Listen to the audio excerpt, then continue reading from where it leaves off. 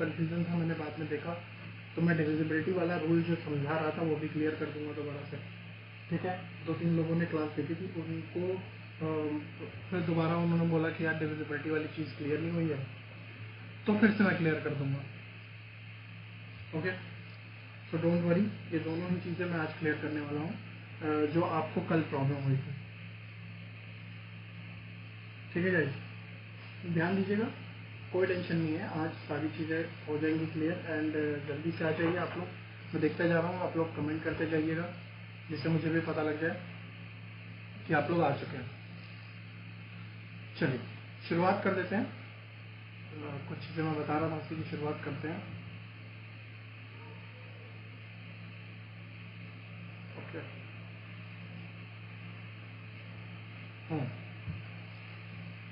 मैं क्या बता रहा था यार, कल मैंने कुछ चीज़ें आपको बताई थी, उसी के आगे कंटिन्यू करते हुए बात करते हैं। कल मैंने आपको प्राइम फैक्टराइजेशन के बारे में नहीं बताई थी, उसके अलावा चीज़ें बता दी थी। आज इर्रेशनैलिटी की भी बात करनी है, रैशनल और इर्रेशनल नंबर के। वैसे अगर आप डेली क्लास करते हैं तो इससे पहले वाले टीचर ने रैशनल और इर्रेशनल नंबर्स के बारे में कुछ बताया है, उसी के बारे में बात करेंगे, उसी को आगे समझाऊंगा मैं कि रैशनल इर्रेशनल। और आज प्रूव करके भी आपको दिखाऊंगा कि वाई वी से √2 इज इर्रेशनल। ठीक है, मेरे हिसाब से ये प्रूफ आप लोगों ने क्लास 7th में पढ़ा होगा, बट दोबारा से ये प्रूफ करने की ज़रूरत है, आपको समझ में आना चाहिए। और इर्रेशनैलिटी का प्रूफ हमारे सिलेबस में दिया हुआ है, तो उसको एक बार पढ़ लेंगे कि समझते हैं। ओके, ठीक है गाइस, चलिए शुरुआत कर देते हैं सेशन की। डिविजिबिलिटी की मैं बात कर रहा था, तो डिविजिबिलिटी में मैंने आपको एक चीज़ बताया था कि भाई 7 की डिविजिबिलिटी हमें निकालनी थी, जो 7 की डिविजिबिलिटी हमें पता नहीं लगती है। ठीक है, तो बहुत सारे लोगों को मैंने बताया था कि यार अगर कोई नंबर है 7 की डिविजिबिलिटी के लिए हमें 14 की डिविजिबिलिटी पता करनी होगी, या 14 से हम 7 की डिविजिबिलिटी निकाल सकते हैं। और हाउ टू मेक डिविजिबिलिटी, ये वाला भी फैक्टर मैंने आपको बता दिया था कि अगर आपको डिविजिबिलिटी से बनाएंगे, ये भी देख लिया था आप लोगों ने। ठीक है, तो मैं फिर से उसको बस आपको रिफ्रेश करूंगा, रिव्यू करूंगा आपका, और फिर आपको जिससे आपके पास में वो कोई भी कंफ्यूजन ना रहे। ये let's just say there is a number 343। Now problem ये फर्स्ट ही है कि सर ये जो 343 है, इज इट डिविजिबल बाय 7 और नॉट? कैसे पता करें? ऑब्वियस सी बात है, बहुत सारे लोगों को पता होगा कि 7 का क्यूब है ये, 343 7 का क्यूब होता है, बट मैं कंसीडर नहीं करता हूँ। मैंने कहा कि ये 7 का क्यूब ना हो करके, मुझे याद ही नहीं है कि ये 7 का क्यूब है कि नहीं है। तो मैं करूंगा क्या, मैं क्या करूंगा, ये जो लास्ट नंबर आता है इसको 2 से मल्टीप्लाई कर दूंगा, और बचे हुए में क्या कर दूंगा, माइनस कर दूंगा। सो लिख लीजिए, last digit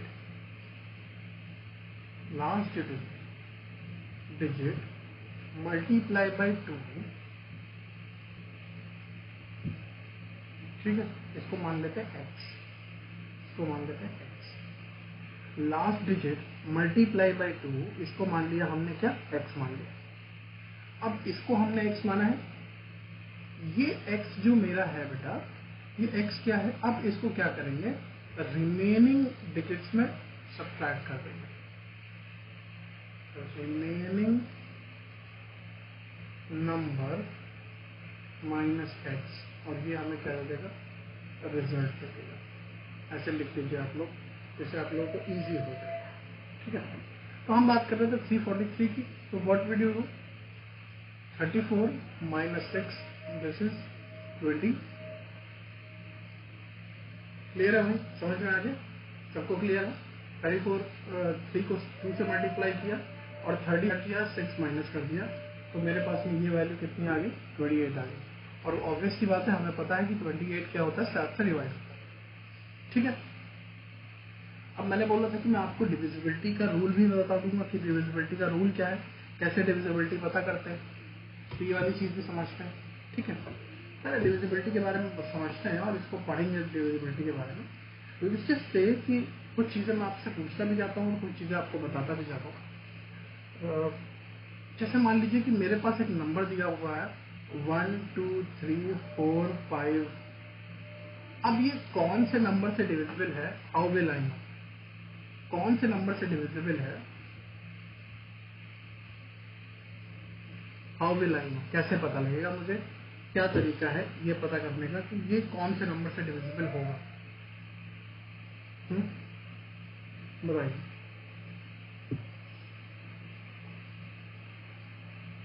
come on guys, मैं कमेंट देख रहा हूँ आपके।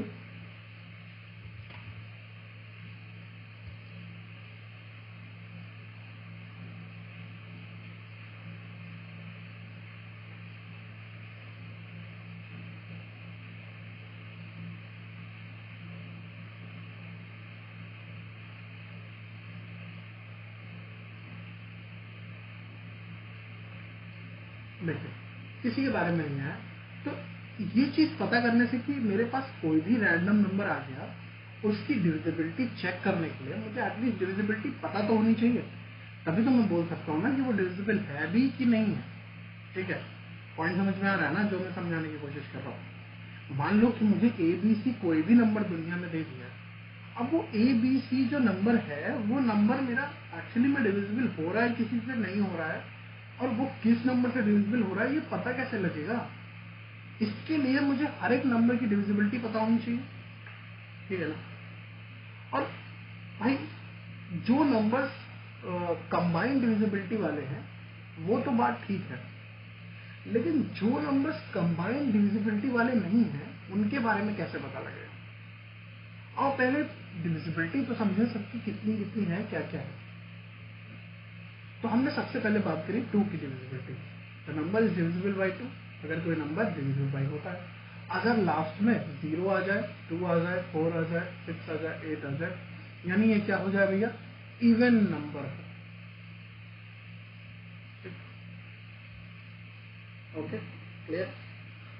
अभी मैं आपसे एक और यूनिक क्वेश्चन पूछूंगा जो आपके IIT JEE के पेपर में आया हुआ था कि 0 इज इवन और ऑड।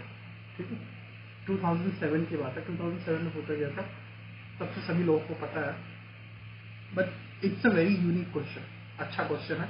अगर आप जैसे मान लेते हैं ना, हम NCERT पढ़ते हैं, आप सभी NCERT पढ़ते हो, लेकिन ऐसा नहीं है कि आप NCERT की वो लाइन पढ़ लेते हैं जो सीधे एग्जाम्पल में जाते हैं। अरे फॉर्मूला ये है, मैम ने तो बता ही दिया या सर ने तो बता ही दिया, और चलते हैं, क्वेश्चन लगाना शुरू कर दिया और क्वेश्चन से ही आप समझते जाते हैं चैप्टर को।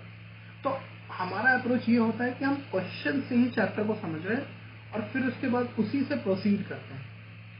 बट ये जो अप्रोच है ना हमारा बेटा, ये काफी रॉन्ग अप्रोच है। जो भी हम अप्रोच अभी अपनाते हैं सॉल्व करने के लिए, मैं आपको श्योरिटी दे रहा हूँ कि ये जो अप्रोच है ना, वो अप्रोच सही करना पड़ेगा अपना। कैसे? हमेशा कोशिश करिए कि आप पहले चैप्टर को थरली उसकी थ्योरी पढ़ें। थ्योरी में बहुत सारे ऐसे पॉइंट होते हैं, बाद में ऐसा होता है कि वो पॉइंट ही पेपर में लिखे होते हैं या वो पॉइंट बहुत ज्यादा इंपॉर्टेंट पॉइंट होते हैं और फिर हमें छूट जाते हैं, बिकॉज ये आदत होती ही नहीं है। वैसे ही बाकी सब्जेक्ट में इतनी थ्योरी पढ़ रहा है, फिर यहाँ पर भी थ्योरी पढ़ लेंगे तो फायदा ही क्या है? बट यार वो थ्योरी, मैथ्स में आपको पता ही कितनी थ्योरी लिखी होती है, और वो चाहे थ्योरी इतनी हो, चाहे इतनी हो, चाहे इतनी हो, कोई फर्क नहीं पड़ना चाहिए आपको। आपको थ्योरी पढ़नी है तो आपको थ्योरी पढ़नी है। आइए आगे बढ़ जाते हैं। तो मैं बात कर रहा था भाई कि और क्या है हमारे पास में। तो ये हो गया, नंबर जो होती है वो डिविजिबल बाई 3 होना चाहिए। ठीक है, अ नंबर डिविजिबल बाई 4, अगर क्या हुआ, लास्ट 2 डिजिट डिविजिबल बाई 4 हो। 5 से डिविजिबल या तो 0 आना चाहिए या तो 5 आना चाहिए। नंबर डिविजिबल बाई 10, 10 से डिविजिबिलिटी क्या होती है बाबू जी? 10 से डिविजिबल होती है कि अगर 0 बीच में आ जाता है, 3 डिजिट। 4 से लास्ट की 2 डिजिट थी, 8 से लास्ट की 3 डिजिट है। 9 से डिविजिबल फिर वही सम जो है वो 9 से डिविजिबल होना चाहिए। 3 में क्या था, सम 3 से डिविजिबल होना चाहिए, डिविजिबल बाई 3 होना चाहिए। इसमें क्या होना चाहिए, डिविजिबल बाई 9 होना चाहिए। समझ गए इस बात को? फिर नंबर डिविजिबल बाई 6, तो 2 से भी डिविजिबल होना चाहिए और 3 से भी डिविजिबल होना चाहिए। ये इसको बोलते हैं कंबाइंड डिविजिबिलिटी। ये हमने चीजें पढ़ी। अभी हमने इसमें 7 की बात नहीं करी, 11 की बात नहीं करी, 12 की बात नहीं करी, 13 की बात नहीं करी, 14 की बात नहीं करी, 15, 16, 17, 18, 19, 57 की बात नहीं करी। जितने भी प्राइम नंबर्स एग्जिस्ट कर रहे हैं उनकी डिविजिबिलिटी तो एटलीस्ट हमें पता ही करनी पड़ेगी, तो क्या कर लेंगे। यहां पर कंसेप्ट आता है how to make divisibility, how to make, ये जो प्रोसेस है वो कैसे बनाते हैं। जरा समझिए, मैं आपको डिविजिबिलिटी बनाना सिखाऊंगा, कैसे डिविजिबिलिटी हम लोग बना रहे हैं। ध्यान दीजिएगा प्लीज, ध्यान से। हाउ टू मेक, कल भी मैंने पढ़ाया था ये, आज मैं पूरा क्लियर कर दूंगा। कल जिन लोगों को क्लियर नहीं हुआ है वो आज क्लियर हो ही जाए।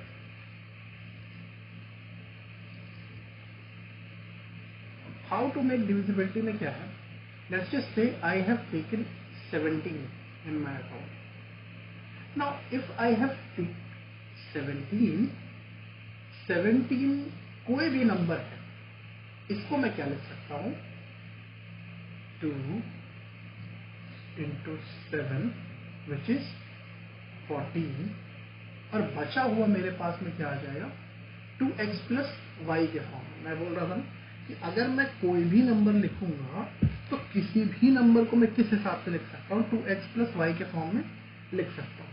ठीक, ओके, 2x plus y के फॉर्म में लिख सकता हूं। लेकिन ये 2x plus y बार बार हमें ना कंफ्यूज कर देता है, तो उसके लिए ना एक बहुत ही यूनिक चीज लेकर के आया हूं। अब समझिएगा मैं किसी भी नंबर को रिप्रेजेंट कैसे कर सकता हूं। ठीक है, ये सिर्फ और सिर्फ यूनिक चीजों में चल रहा था। हम अपर चेक कर पा रहे थे, हम लोअर चेक कर पा रहे थे, हमें दोनों चीजें चेक करनी पड़ रही थी, और कंफ्यूजन वहीं पर क्रिएट हो रहा था कि सर कहीं कहीं पे अपर ट्रू हो रहा था, कहीं कहीं पे लोअर ट्रू हो रहा था। तो हम तो वहां पे फंस गए कि कहीं पे अपर ट्रू हो रहा है, कहीं पे लोअर ट्रू हो रहा है। अब क्या करेंगे, इसका एक बहुत ही ज्यादा अच्छा इलाज, जरा समझिए। मैंने कहा आपसे कि मेरे पास एक नंबर है जिसकी मुझे डिविजिबिलिटी चेक करनी है, वो नंबर है 17। इसकी डिविजिबिलिटी मुझे निकालनी है कि क्या होता है इसका डिविजिबिलिटी। जैसे हमने 2 का बोला इवन होना चाहिए, 3 का बोला सम ऑफ डिविजन होना चाहिए, वैसे 7। तो मान लीजिए दुनिया में कोई भी नंबर हो, उसको मैं इस फॉर्म में लिख सकता हूं। क्या लिख सकता हूं, एग्जाम्पल देखो। जैसे लेट्स जस्ट से मैंने लिखा 30, इसको लिख दिया मैंने 3x plus 1। क्यों 3x, लास्ट वाले डिजिट को x से मल्टीप्लाई किया, बाकी डिजिट जोड़। अब मैंने क्या किया, इसमें x की वैल्यू 4 रखी और +1 13। ठीक है, फिर आगे चेक कर लेते हैं क्या 26 आता है, क्या 26 आने का कोई चांस है क्या। तो हमने कहा कि 3, उसके बाद हमने 8 रखा और +1 कर दिया, सॉरी 8, 25 तो आ ही नहीं रहा है। तो फिर ये डिविजिबिलिटी हमारी 13 के ऊपर तो गई नहीं, 14 ये 26 में डिविजिबिलिटी तो आ ही नहीं रही। नो, तो इस फॉर्म में किसी भी नंबर को हमने कैसे लिखा, भाई 13 मैंने 8 चेक किया, ये तो आ गया 25। नेक्स्ट आगे चेक कर लेते हैं, भाई 9 से चेक कर लीजिए, 9 से चेक कर लिया तो फिर मेरे पास में यही चीज आ गया कि ये जो 3 है इनटू अगर 9 से करते, अगर -1 हो जाता तो मेरे पास में 26 आ जाता, लेकिन यहाँ पर तो हम +1 पहले से डिफाइन कर चुके। यहाँ पर एक बहुत ही ज्यादा इंटरेस्टिंग चीज आती है जिसको समझिएगा आप, और वो क्या इंटरेस्टिंग चीज है जो मैं बता रहा हूं, समझिए। यहाँ पर एक बहुत ज्यादा इंटरेस्टिंग चीज आ गई। मैंने बोला कि लेट्स जस्ट से मैंने 17 लिया और 17 को मैंने 7x plus 1 के फॉर्म में लिखा। इस x को क्या बोलते हैं, ऑर्डर फैक्टर बोलते हैं। क्या बोलते हैं बाबू जी, ऑर्डर फैक्टर बोलते हैं, समझे। इस x को ऑर्डर फैक्टर बोलते हैं। अब ये x की वैल्यू पॉजिटिव भी हो सकती है, नेगेटिव भी हो सकती है। इन दोनों टर्म्स में मुझे ऐसा करना है कि इस x की वैल्यू कुछ इस तरीके से आ जाए कि ये मेरी प्रॉब्लम सॉल्व कर दे अच्छे से। जैसे मैं 13 की बात कर रहा था, 13 में मैंने 3x plus 1 लिखा था। जब मैंने x को 4 रखा तब तो मेरे पास में वो 13 से डिविजिबल हो जा रहा था। ये x की वैल्यू, ऑर्डर फैक्टर की वैल्यू 4 है। लेकिन अगर मैं x की वैल्यू -9 रख देता तब भी ये -26 आ जाता और मेरा टास्क डन था भाई, ऑब्वियसली बात है मेरा टास्क तब भी डन।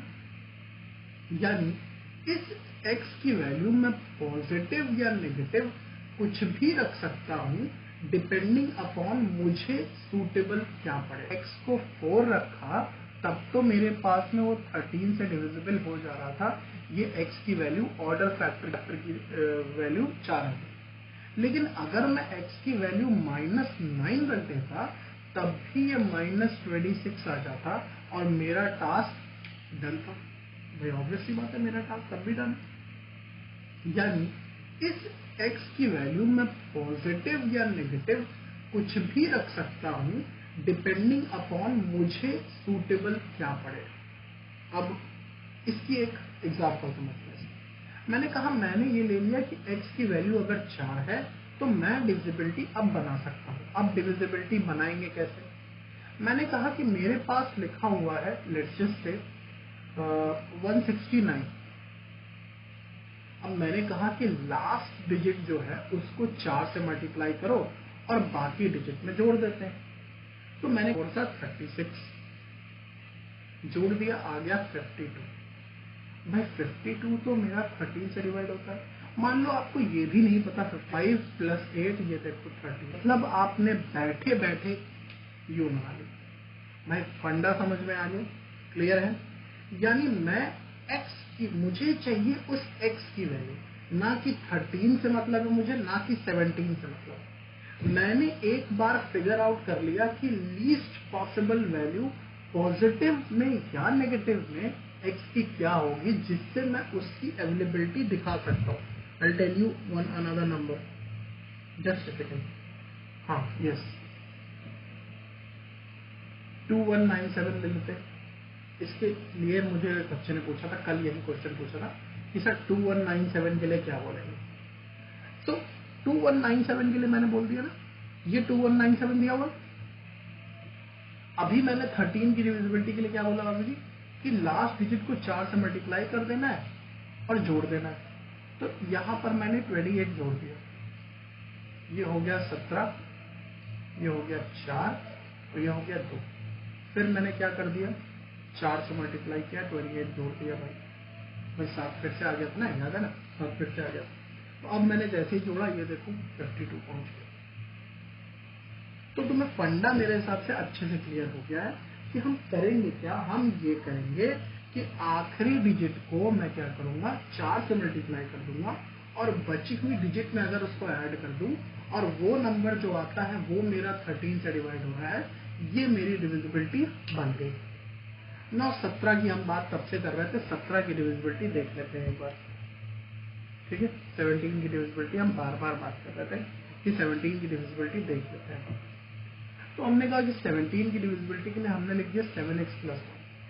अब इस x की वैल्यू ऐसे रखो कि ये पॉजिटिव या negative, this is on you कि आपको पॉजिटिव रखनी है कि आपको नेगेटिव रखनी है।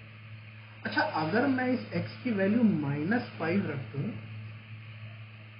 तो मेरे हिसाब से ये हो जाएगा -35 + 1 विच इज -34।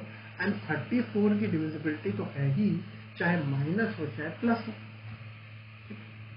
अब मेरे पास एक नंबर है जो मैं नहीं जानता कि वो नंबर डिवाइड हो नहीं होता। मैंने क्या देखा कि भैया 17 की डिविजिबिलिटी जो है, जो मैंने बनाई है, उस हिसाब से ऐसी होनी चाहिए कि लास्ट डिजिट को मल्टीप्लाई कर दूं मैं 5 से और बाकी बची डिजिट में ऐड कर दूं, सॉरी -5, ठीक।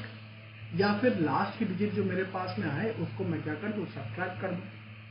तो मैंने क्या किया भाई, लास्ट की डिजिट 5 है, 5 को 5 से मल्टीप्लाई किया तो हो गया 25 और इस 25 को 8 में जाकर घटा दिया, मेरे पास में 17 आ गया और ये 85 तो मेरा क्या है 17 से जाता है, काम खत्म हो गया।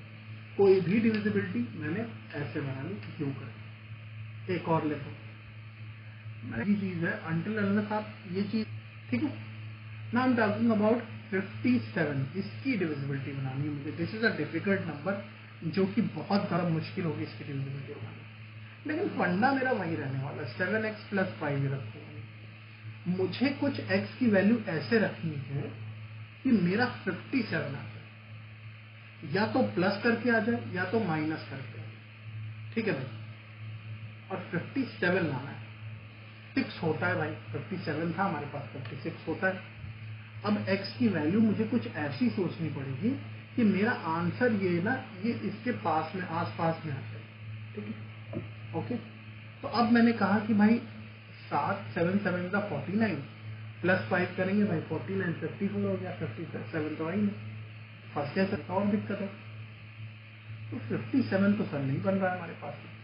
इसका जस्ट उठा के डबल कर दो। डबल कर दिया तो हमारे पास में क्या आ जाएगा भाई, 50 50 और 17 17, इसका मतलब 114। अब मुझे ये नंबर 114 के पास ले जाना है, जिससे मेरा 114 बन जाए। बात समझ में आ रही है ना आपको? समझ रहे हैं इस बात को? ठीक है, क्लियर है? अब मुझे क्या करना है, 114 के पास ले जाना है। तो क्या कोई वे है जिससे मैं 114 के पास ले जाऊंगा? ठीक है, क्या कोई वे है 114 के पास ले जाऊँ? तो आप बोलोगे हाँ सर, एक वे तो मुझे दिखाई दे रहा है कि 17 7 होता है 119, और अगर इसमें 5 घटा दूं तो 114 आ जाता है। No problem solve. यानी मुझे क्या करना है, जो भी नंबर आएगा लास्ट डिजिट को 17 से मल्टीप्लाई करना है, और बचे हुए में उसको क्या कर देना है, घटा देना है, या फिर जोड़ देना है -17 से मल्टीप्लाई करके। डिविजिबिलिटी बन गई। ठीक है, वंडा क्लियर है? छोटी डिजिट में आपके लिए बहुत इजी हो जाएगा, बड़ी डिजिट में आप ऐसा समझिए कि अगर डिफिकल्ट है तो डिफिकल्ट है। ठीक है, अब एक टर्म होता है भाई हमारे पास में, कंबाइंड डिविजिबिलिटी। याद रख लीजिए इसको, ये आपके क्वेश्चन आगे जाके आपको कहीं ना कहीं हेल्प कर देगा। 1001 जो बनता है वो बनता है 7 11 और 13 से, कंसेक्यूटिव 3 प्राइम नंबर से बनता है। ये आपके बहुत सारे कॉम्पिटिशन, बहुत सारे ओलंपियाड में पूछा गया क्वेश्चन में कि ये 3 प्राइम नंबर के मल्टीप्लिकेशन से बनता है। जब आप एपी या फिर कुछ ऐसी सीरीज पढ़ोगे तो उसमें आपको पता लग जाएगा। और 101 एक ऐसा नंबर है कि अगर मैं कोई 3 डिजिट नंबर इससे मल्टीप्लाई कर देता हूं तो उसको वो 6 डिजिट में कन्वर्ट कर देता है, और 2 बार रिपीट करता है। कैसे? मैंने कहा अप्लाई कर दो 1 2 3 से, तो आंसर मेरा क्या आएगा 1। अगर मैं 101 को मल्टीप्लाई कर दूं 4 5 6 से, तो आंसर मेरा आएगा 4 5 6 इंटू 4 5 6, ये नंबर आ जाएगा। अब बोलोगे कि सर अगर मैं 1 2 3 4 से कर दूं तो भी बहुत ईजी है बेटा। तो आपको क्या करना है, 4 डिजिट का ही बता रहा हूँ, 5वें डिजिट में कंफ्यूज हो जाओगे। लिखो 1 2 3 5, ठीक, और क्या लिखो 2 3 4, आंसर आएगा। ठीक है, बस याद रखना, आगे दिक्कत ना हो। इससे आगे बढ़ जाओ। एचसीएफ की बात करते हुए हाईएस्ट कॉमन फैक्टर की, हाईएस्ट कॉमन फैक्टर का मतलब ये समझ लो कि यहां पर हम क्या बात करते हैं, जो एलसीएम में अगर कुछ अनकॉमन होता है उस दुनिया को रख लिया। एचसीएफ में कुछ ऐसा होता है कि हमने जो अनकॉमन है उसको तो रखा ही हुआ है, जो कॉमन है सिर्फ उसी को बटोर रहे हैं, सिर्फ उसको लेके चल रहे हैं। यानी एचसीएफ हमेशा हमारा फैक्टर होता है, इसलिए हाईएस्ट कॉमन फैक्टर बोला गया। और एलसीएम हमारा मल्टीपल होता है, इसलिए लीस्ट कॉमन मल्टीपल बोला गया। फैक्टर और मल्टीपल के बीच में डिफरेंस मैं आपको कल की क्लास में समझा चुका हूं। आई होप किसी को कोई दिक्कत नहीं होगी इसके लिए। ठीक है भाई, तो मैंने कहा कि भाई ये देखो, ये 3 3 से डिवाइड हो रहा है, इसका एलसीएम क्या हो गया 2 × 2 × 3। अब ये जो 5 और 6 अनकॉमन था, ये अनकॉमन किसी काम का नहीं। एलसीएम में जरूर अनकॉमन मिलेगा काम का, लेकिन एचसीएफ में मेरे किसी काम का नहीं है। 5 और 7 का कोई यूज नहीं है, 5 और 6 का, बिकॉज ये अपने आप में अलग अलग है। लेकिन 2 से 30 भी होता है, 36 भी होता है, फिर 3 से 15 भी होता है, 18 भी होता है। इसीलिए मैंने क्या कर दिया भाई, इन तीनों को एक साथ लिख दिया। समझ गए इस बात को? क्लियर है? प्राइम फैक्टराइजेशन के थ्रू हमें क्या करना है, अब एचसीएफ निकालना है। क्या करना है? निकालना है। हमने 56 लिख लिया, 48 लिख लिया, जो कॉमन है उसको लिख लिया। पहले क्या कर दिया, इसके प्राइम फैक्टर्स लिख दिए। प्राइम फैक्टर्स मैंने बताया प्राइम नंबर भी हो और फैक्टर भी हो, उसको लिख देते हैं। हमेशा किसी को भी क्या करते हैं, प्राइम फैक्टर्स में ब्रेक करने की कोशिश करते हैं। तो हमने क्या कर दिया भाई, प्राइम फैक्टर्स में इसको ब्रेक करके रख दिया। ये हमारा प्राइम फैक्टर है। ठीक है, क्लियर है, समझ में आ गया? फंडा क्लियर भाई, सबको समझ में आ रहा है? आई होप सभी को क्लियर होगा। ठीक है, अब मेरे पास में क्या आ गया भाई, प्राइम फैक्टर्स में 56, ये 2 आ रहा था। अब number of prime number that are common, क्या हो जाएगा, 2 2 2 जो कॉमन है ये हो गया। अब ये मेरा प्राइम फैक्टराइजेशन के मेथड के थ्रू हमने निकाला है। क्या निकाला है, प्राइम फैक्टराइजेशन मेथड के थ्रू निकाला है, जिसमें हम इसके प्राइम फैक्टर्स लिख देते हैं, कॉमन को एक साथ कर देते हैं, हमारी कहानी खत्म हो जाती है। एचसीएफ निकालने के 2-3 तरीके और भी बहुत ज्यादा अच्छे हैं, जिनको अगर आप समझेंगे ना और मेरी ट्रिक को समझ लेंगे तो आप अपने आंसर को क्या कर सकते हैं, मैच कर सकते हैं किसी भी मेथड के द्वारा। जैसे जरा समझिए, लिखा हुआ है 56 और 48 का HCF निकालना। इसका मतलब जो भी नंबर आए करता होगा और इसको भी डिवाइड करता होगा। ऑब्वियस की बात है, हमने फैक्टर की बात करी और कॉमन फैक्टर की बात करिए, मतलब ये दोनों को डिवाइड कर रहा होगा। ऐसा फैक्टर होगा जो दोनों को डिवाइड करता होगा। ठीक है, अब मुझे करना क्या है, बड़े नंबर में से छोटा नंबर घटा देना है। बड़े नंबर से छोटा नंबर घटाया, मेरे पास में आ गया 8। अब जो नंबर आया है उस नंबर से इन दोनों नंबरों को डिवाइड करना है।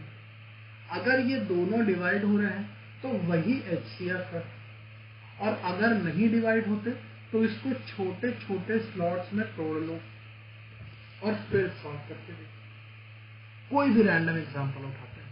ठीक है, अभी तो आप बोलोगे सर दिया हुआ है इसलिए आप अपना मेथड दिखा रहा हूँ, नहीं दिया होता तो मान लो मैंने ले लिया कि मेरे पास में दिया हुआ 120 और दूसरा नंबर दिया हुआ है लेट्स जस्ट से 72।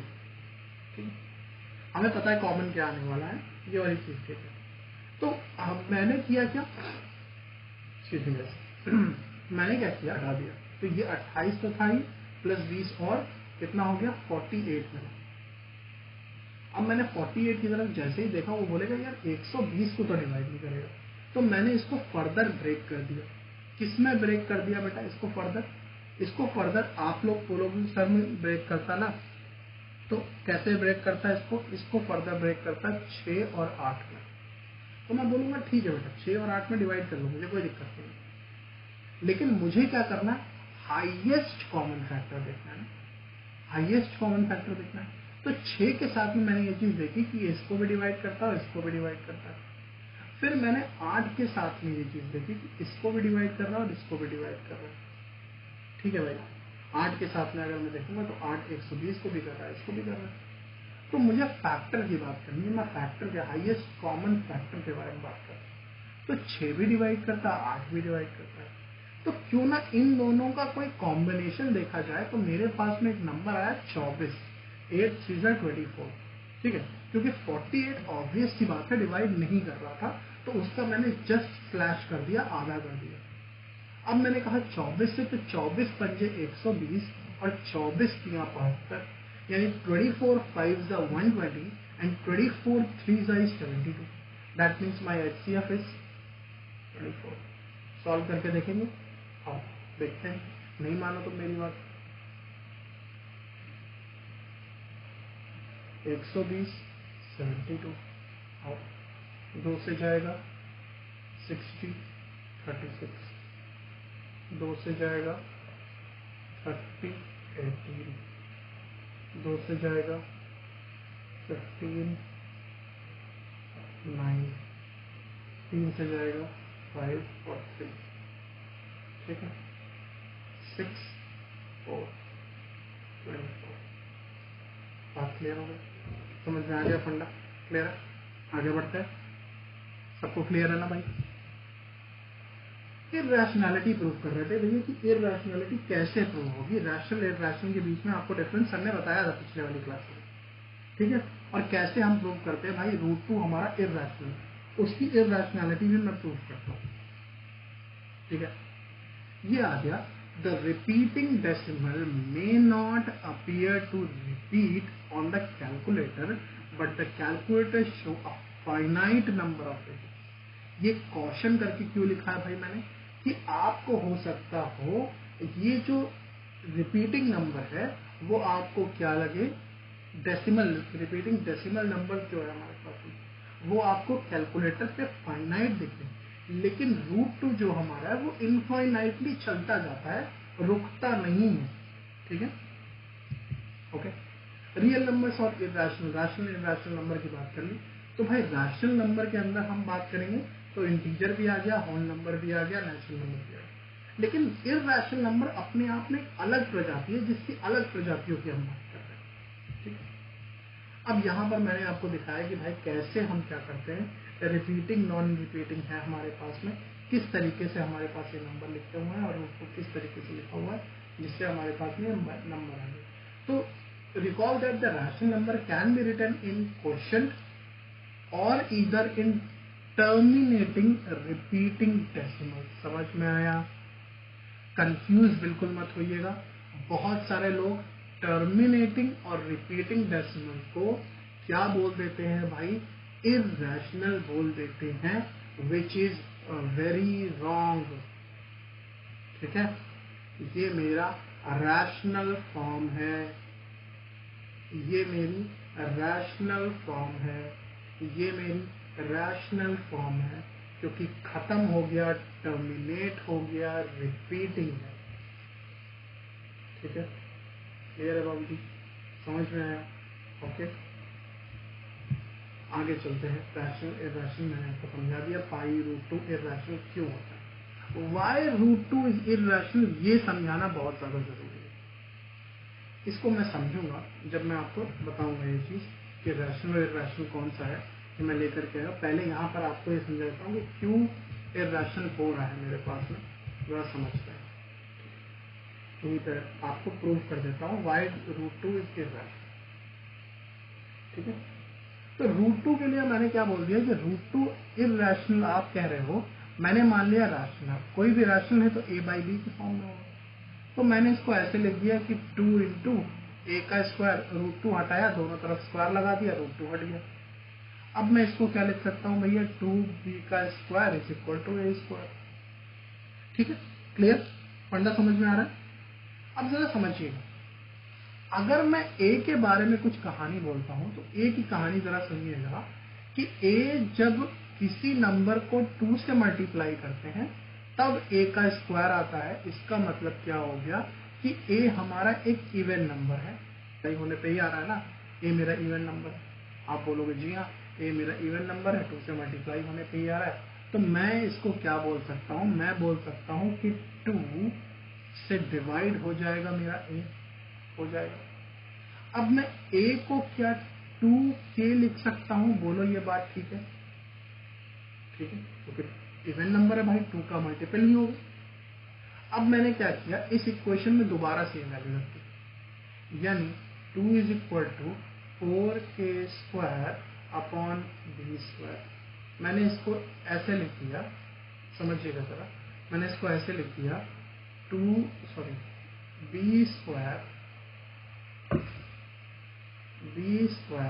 Is equal to 2k²। भाई 2 ने इसको काटा, बचा 2। अब मैं ये कह सकता हूं b के लिए भी कि b किसी नंबर को 2 से डिवाइड करता हूं तब आता है। आप बोलोगे सर ये तो स्क्वायर चीज दिया हुआ है, स्क्वायर। अरे भैया समझो, अगर कोई नंबर इवन है और 2 से डिवाइड होता है तो स्क्वायर होने पे भी 2 से डिवाइड होगा। 2 का स्क्वायर करो 4 आएगा, 4 भी डिवाइड होता है। 6 का स्क्वायर करो भैया 36 है, 2 से डिवाइड जब ये हो रहा है तो ये भी होगा, तो ये हो रहा है तो ये भी वाइसे वर्सा भी तो ट्रू ही होगा। इसका मतलब मैंने कह दिया कि भैया b भी इवन नंबर है। और रैशनल की डेफिनेशन यही होती है कि a और b दोनों के कॉमन फैक्टर्स पॉसिबल नहीं है। रैशनल की डेफिनेशन यही होती है कि a और b दोनों के कॉमन फैक्टर्स अवेलेबल नहीं है। इसीलिए हमारा कंट्राडिक्शन फेल हो गया, और √2 जो हमने रैशनल माना था वो तो रह नहीं गया, इसीलिए √2 इरैशनल हो गया। इसको बोलते हैं प्रूफ ऑफ कंट्राडिक्शन। क्या बोलते हैं? Proof of contradiction.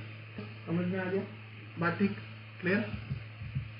अब ये आपके लिए होमवर्क लेकर के आया हमें कि इन सभी नंबरों में आप स्क्रीनशॉट लेके रख लीजिए भाई कि ये सभी नंबरों में क्या होगा, कौन सा हमारा रैशन है, कौन सा इक्वेशन है। चलिए क्लास को यहीं पे खत्म करते हैं। होपफुली आपको समझ में आया होगा, मजा आया होगा। मिलते हैं आपसे नेक्स्ट सेशन में, तब तक के लिए बाय बाय, टेक केयर, नमस्कार, ध्यान रखें, खुश रहें, stay safe, stay at home. जो लोग जरूरतमंद हैं,